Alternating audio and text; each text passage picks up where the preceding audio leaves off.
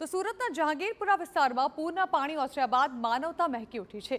જ્યાં botanical garden પાસે footpath પર રહેતા શ્રમિક ગૌતમ દેવી પૂજકે ભારે વરસાદને પૂરના પાણીમાં તણાઈને આવેલી 50થી વધુ વાહનોની નંબર પ્લેટ્સ એકઠી કરી સુરક્ષિત સાચવી રાખી છે।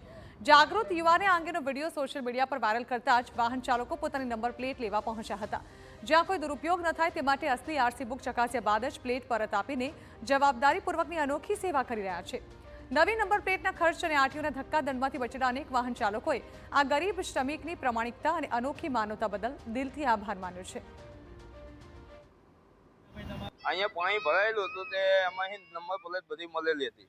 કેટલી નંબર પ્લેટ હતી? નંબર પ્લેટ હતી 40 થી 50 જેવી નંબર પ્લેટ હતી। વેરીફાઈ તો કરીએ છીએ, એમનું આરસી બુક લઈએ છે ને એમાં જોઈને પછી અમને આપીએ છીએ। રાતે 11 વાગ્યાની આસપાસ આ ભાઈએ બધી પાણી ઉતાર્યા હશે તો નંબર કલેક્ટ કર્યા હશે બધી પ્લેટો, અને નંબર કલેક્ટ કર્યા એટલે એમને મૂકી રાખી હતી। એટલે મારે અહીંથી જવાનું હતું એટલે મેં સોશિયલ મીડિયા થ્રુ મેં વિડીયો બનાવ્યો અને ભાઈને એમ કીધું કે ભાઈ આ કોઈ પણ વ્યક્તિ આવે તેને આરસી બુક સિવાય તમારે આ વિડીયો નંબર પ્લેટ છે તે આપવાની થતી નથી। આરસી બુક બતાવે પછી વેરીફાઈડ કરીને તમારે આપવાની રહેશે। એટલે એ ભાઈએ પણ ખૂબ જ સારું કામ કર્યું છે।